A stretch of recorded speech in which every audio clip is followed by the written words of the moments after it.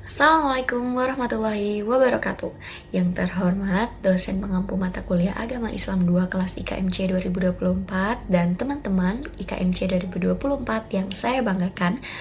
Perkenalkan, kami dari kelompok 6 dan pada kesempatan hari ini kami akan mempresentasikan terkait gizi dan makanan menurut Islam. Mari kita simak. Berikut adalah anggota kelompok dari kelompok 6.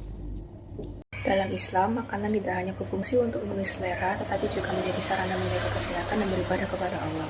Karena itu, umat Islam diperintahkan untuk mengonsumsi makanan yang halal dan thayyib, yakni yang diperbolehkan, bergizi, bersih, dan bermanfaat.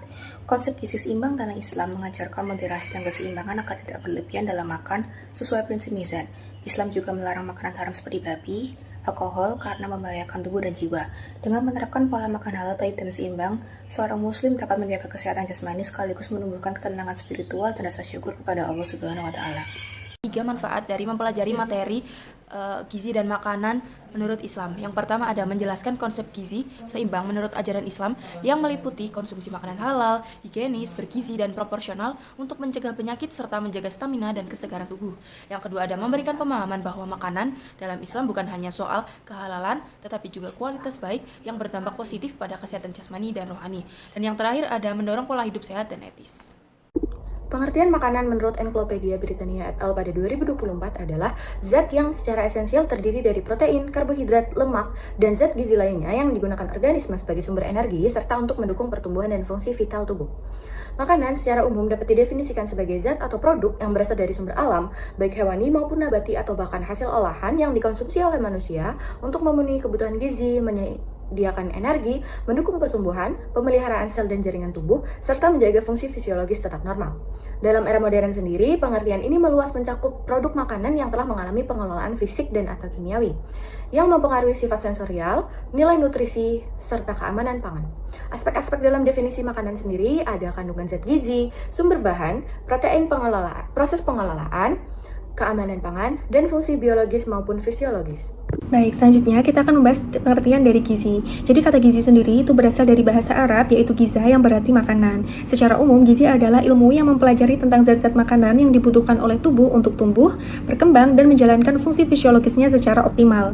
Proses gizi sendiri itu dimulai dari masuknya makanan ke dalam tubuh, lalu makanan tersebut dicerna oleh tubuh, diserap, didistribusi, dimetabolisme dari zat gizi menjadi energi, lalu dimanfaatkan untuk perbaikan dan regenerasi jaringan tubuh hingga pengeluaran zat-zat tersebut oleh tubuh. Lalu kita akan membahas terkait dengan zat-zat gizi. Jadi zat-zat gizi sendiri itu dibagi menjadi dua. Yang pertama adalah makronutrien. Makronutrien ini terdiri dari karbohidrat, protein, dan lemak yang dibutuhkan dalam jumlah besar sebagai sumber energi dan bahan pembangun. Lalu yang kedua itu ada mikronutrien. Mikronutrien ini terdiri dari vitamin dan juga mineral, di mana mikronutrien ini dibutuhkan oleh tubuh dalam jumlah yang lebih sedikit daripada makronutrien, tetapi memiliki peran yang sangat penting yaitu sebagai zat pengatur berbagai proses metabolisme tubuh. Jadi teman-teman, setiap zat gizi ini memiliki peran penting dalam menjaga kesehatan, membantu proses pertumbuhan, menyusun energi, dan juga mengatur keseimbangan biologis tubuh. Lalu kita akan membahas terkait dengan konsep gizi. Konsep gizi ini tidak hanya sebatas asupan zat makanan saja, tetapi juga mencakup keseimbangan proporsi dan kualitas makanan agar tubuh itu dapat menjalankan seluruh fungsinya dengan baik. Kebutuhan gizi manusia itu cukup bervariatif, tergantung usianya itu berapa, jenis kelaminnya apa, kondisi kesehatan dan aktivitas fisiknya itu seperti apa. Jadi konsep gizi seimbang ini sangat ditekankan supaya konsumsi zat gizi itu sesuai dengan kebutuhan tubuh, jadi tidak berlebihan dan juga tidak kekurangan, untuk mencegah gangguan kesehatan dan penyakit kronis. Seperti pada yang tertera di PPT, yaitu prinsip utamanya adalah tidak berlebihan dan tidak juga kekurangan. Hal ini didukung oleh Quran Surat Al-A'raf ayat 31. Menjaga gizi seimbang itu juga dapat menjaga kesehatan, mencegah penyakit, dan meningkatkan kualitas hidup. Dalam konteks Islam, gizi dan makanan ini bukan hanya soal kebutuhan biologis saja, tetapi juga terkait dengan prinsip etika dan spiritual. Islam sendiri itu menekankan pentingnya makanan halal dan juga thayyib. 4 pilar gizi seimbang. Yang pertama, mengonsumsi beraneka ragam makanan. Beraneka ragam makanan di sini adalah beraneka ragam kandungan zat gizinya, terdiri dari karbohidrat, protein, vitamin, dan juga mineral. Namun tetap porsinya harus sesuai dengan kebutuhan dan juga tidak berlebihan. Yang kedua, pola hidup aktif dan berolahraga. Dengan melakukan pola hidup aktif dan aktivitas fisik, kita dapat menyeimbangkan asupan dan juga zat gizi yang dikeluarkan. Itulah kenapa kita dianjurkan untuk melakukan aktivitas fisik setiap harinya.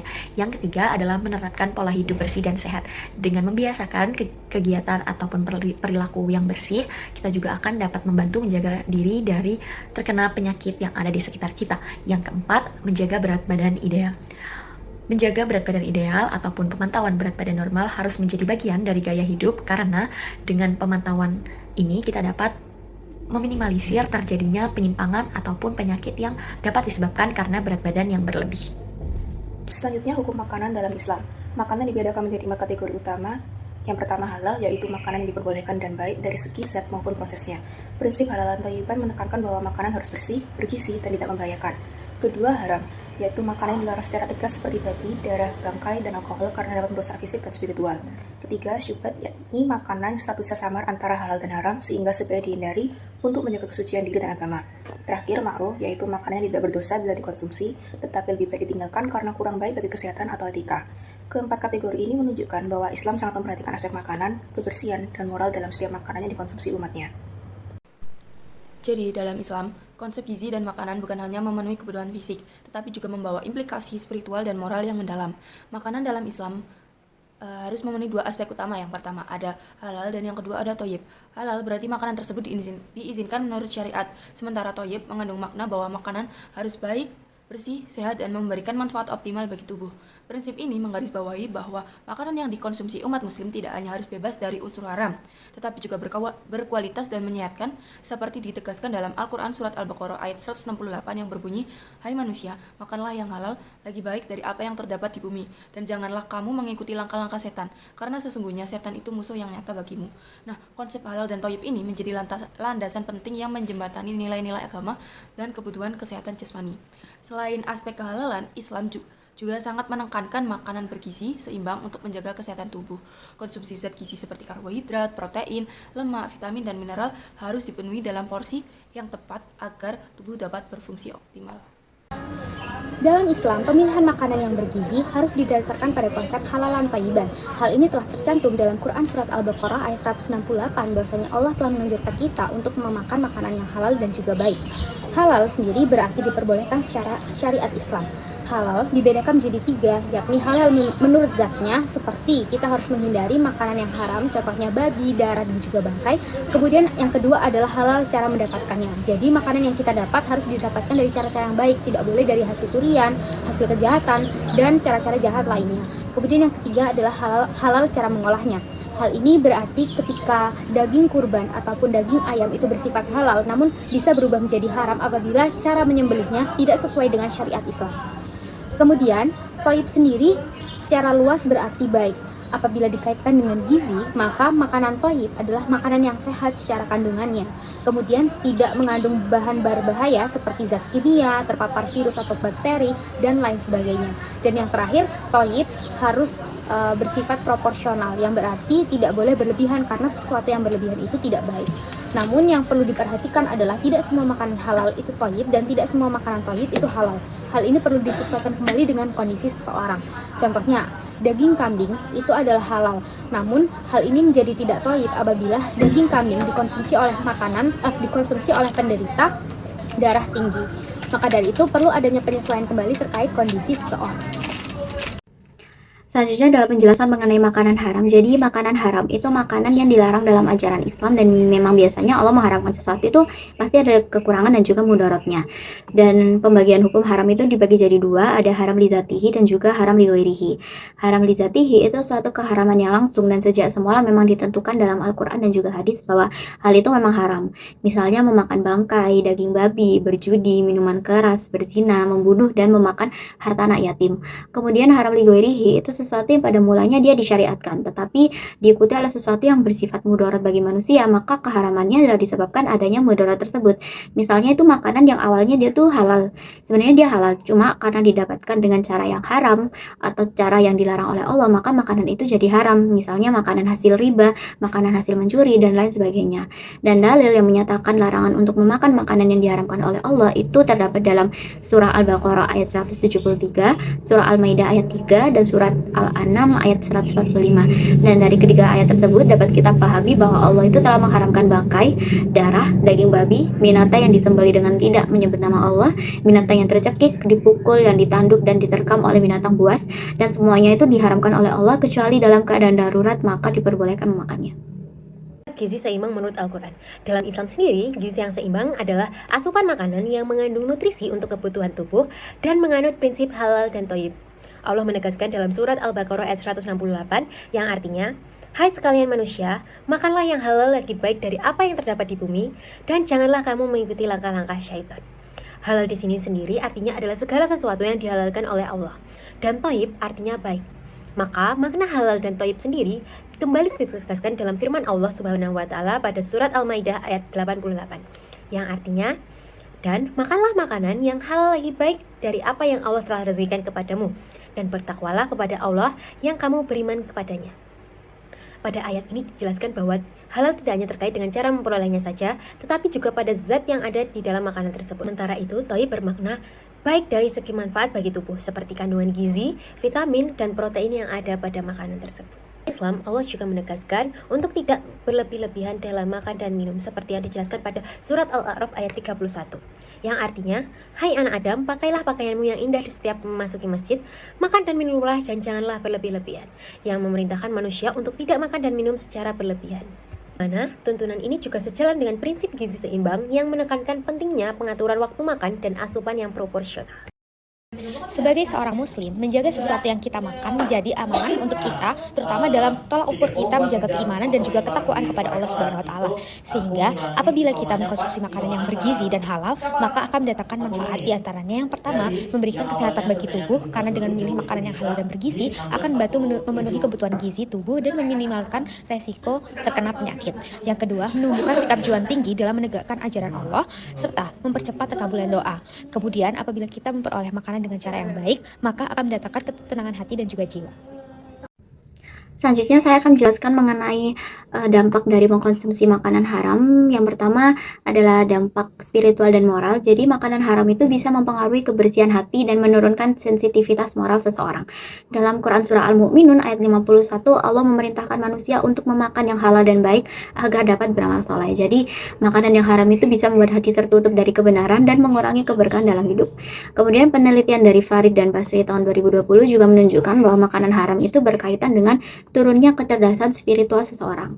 Kemudian ada dampak fisik dan kesehatan. Banyak bahan makanan yang diharamkan itu ternyata memang berbahaya bagi tubuh. Misalnya daging babi, dia beresiko membawa parasit seperti cacing pita, terus darah dan bangkai yang dapat mengandung patogen penyebab penyakit, dan minuman keras pun terbukti menyebabkan gangguan organ tubuh dan merusak sistem syaraf. Contohnya seseorang yang sering mengkonsumsi alkohol itu dia punya kemungkinan besar mengalami kerusakan hati dan juga gangguan fungsi otak. Jadi larangan ini tuh sejalan dengan prinsip halalan thayyiban, yaitu makanan yang halal sekaligus baik bagi kesehatan. Kemudian yang terakhir adalah dampak psikologis. Menurut penelitian dari Frans Belayel tahun 2004 yang dimuat di British Journal of Nutrition, pola makan itu bisa mempengaruhi perilaku dan fungsi kognitif seseorang. Jadi kalau seseorang itu tahu yang mengkonsumsi makanan yang haram itu biasanya muncul perasaan bersalah, gelisah, dan bahkan kehilangan ketenangan batin. Jadi nggak cuma tubuh yang kena dampak, tapi juga pikiran dan emosi. Jadi bisa disimpulkan larangan mengkonsumsi makanan haram dalam Islam itu nggak cuma sekedar urusan ibadah, tapi juga bentuk perlindungan terhadap agama, jiwa, dan akal manusia sesuai dengan prinsip maqasid al-syariah. Maka menjaga kehalalan makanan berarti juga menjaga diri secara utuh, lahir dan batin. Berikutnya, peran kesehatan masyarakat dalam edukasi gizi Islami. Dalam peranannya, mahasiswa kesehatan masyarakat memiliki tanggung jawab penting dalam mengedukasi masyarakat mengenai gizi Islami. Yang pertama, sebagai edukator dan penyuluh gizi Islami, mahasiswa berperan menyampaikan informasi tentang pentingnya mengkonsumsi makanan halal dan bergizi, menjaga pola makan seimbang, serta tidak berlebihan sesuai dengan ajaran Islam.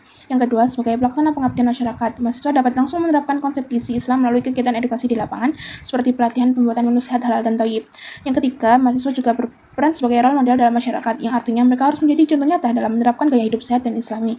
Yang keempat, mahasiswa bisa berperan sebagai kolaborator dengan lembaga keagamaan seperti masjid, pesantren, ataupun organisasi Islam lainnya untuk menyebarkan pesan tentang kesehatan dan gizi Islam melalui kegiatan seminar, pelatihan, ataupun sosial lainnya. Dan yang terakhir, sebagai inovator media edukasi, mahasiswa dapat memanfaatkan media sosial dengan membuat poster, infografis, ataupun video kreatif lainnya yang bertemakan gizi Islam agar pesan kesehatan bisa menjangkau masyarakat luas. Setelah dijelaskan oleh rekan-rekan saya sebelumnya, kesimpulan dari materi ini adalah Islam memandang gizi dan makanan bukan hanya sekedar sebagai pemenuhan kebutuhan jasmani saja, tetapi juga sebagai wujud ibadah dan tanggung jawab manusia kepada Allah Subhanahu wa taala.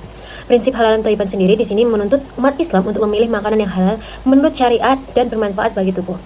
Ajaran ini sejalan dengan pandangan ilmu gizi modern yang menekankan pentingnya pola makan yang seimbang, tidak berlebihan, serta menjaga kebersihan untuk memelihara kesehatan. Dengan menerapkan prinsip halal dan thayyiban dalam kehidupan sehari-hari, umat Islam tidak hanya menjaga amanah tubuh yang diberikan oleh Allah Subhanahu wa taala, tetapi juga meningkatkan ketakwaan dan membangun ketenangan hati, memperkokoh keimanan, serta menjadi salah satu faktor yang mendukung pengabulan doa bagi manusia. Berikut beberapa saran untuk berbagai pihak agar penerapan pola makan sehat sesuai dengan ajaran Islam bisa berjalan dengan baik. Yang pertama, untuk individu atau masyarakat, kita diharapkan mampu menerapkan pola makan yang halal dan thayyib, yaitu tidak hanya memperhatikan rasa atau harga, tapi juga kebersihan dan kandungan gizinya. Yang kedua, untuk pemerintah, diharapkan dapat memperketat pengawasan terhadap produk makanan halal di pasaran dan memperbanyak kegiatan edukasi tentang gizi Islami.